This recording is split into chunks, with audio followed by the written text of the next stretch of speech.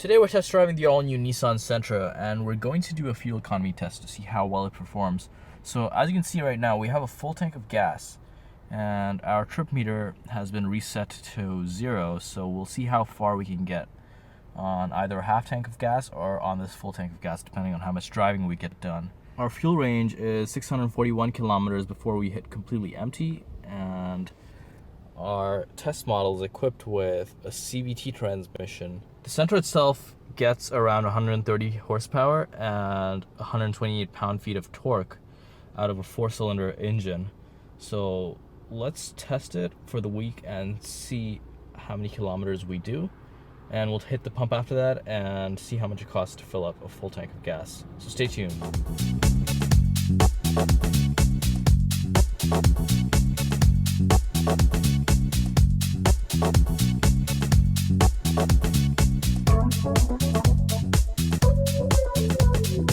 We just spent the week testing the Nissan Sentra, and we have some numbers here that we'd like to share with you. So as you can see, our low fuel light is now on, and our gas tank is almost at the 0 mark. I believe the last time I saw it, it showed that we had 30 kilometers left, but somehow that number has disappeared. But I guess that's just to make sure that you don't keep driving when you have less than 30 kilometers. So let's assume that we have around 30 kilometers left on this tank, and let's go over how many kilometers we've driven.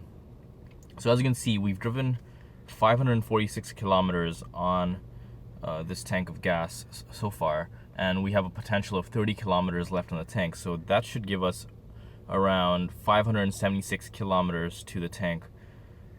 My driving conditions have been pretty basic. I haven't had the air conditioning on at all. I've had the window down maybe 10% of the time, but no air conditioning or heating. I've just had the radio on, and as you can see, the roads have been pretty clear throughout my test drive. But let's go over the other numbers that we have here. So as you can see, our fuel economy is 6.9 liters per 100 kilometers. I think that's a really good number, considering it has a CVT and is a 130 horsepower engine. I find that the power, although it's hard to understand how the power works in this car, it can be pretty beneficial, because CVTs, when you put your foot down, you don't feel that instant burst right off the line, but you do feel that gradual increase in speed and in acceleration. As for my driving, I've done around 60% on the highway and 40% in the city. If you keep driving this in the city, which was what the initial part of my test was, when I drove it a lot in the city, I got a fuel economy of around 7.5 to 7.8 based on my city driving. And when I took it to the highway and combined both of them, I got around 6.9 to 7.1. As you can see right now, it's 6.9, which is at the lower end.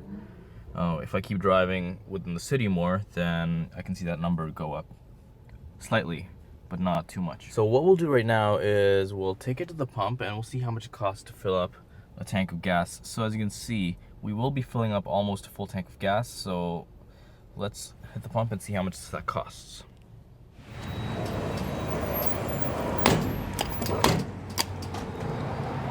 So as you can see, it costs us $44.07 to fill up 43.5 liters of gas at a fuel cost of $1.01 per liter.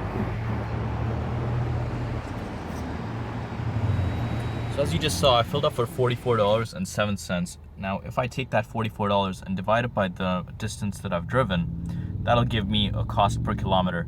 So 546 divided by $44 gives us approximately 9.8 cents. So that means each kilometer costs me 9.8 cents.